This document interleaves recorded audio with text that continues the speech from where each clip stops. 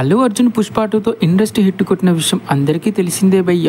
ఇప్పుడు అట్లీతో AA22 మూవీని plan చేస్తున్న విషయం కూడా మనకందరికీ తెలిసిందే. దాదాపు 1000 కోట్లతో ఈ మూవీ తెరకెక్కబోతుంది. అయితే అల్లు అర్జున్ ఏం చేసినా అది ట్రెండ్గా మారిపోతుంది. అదేంటంటే రీసెంట్గా ఒక ఎయిర్పోర్ట్లో అల్లు అర్జున్ వైట్ టీషర్ట్ వేసుకొని దర్శనమిచ్చాడు. ఇందులో ట్రెండ్ ఏముందని మీరు అనుకోవచ్చు. అసలు మ్యాటర్ ఏంటంటే అల్లు అర్జున్ వేసుకున్న టీషర్ట్ మీద బ్రహ్మానందం గారి పిక్స్ ప్రింట్ చేసి ఉంది. మనీ మనీ మోర్ మనీ సినిమాలో మన బ్రహ్మి గారు చేసిన నెల్లూరు పెద్దారెడ్డి క్యారెక్టర్ గుర్తుంది కదా, మీమ్స్లో కూడా తెగవాడిస్తుంటారు.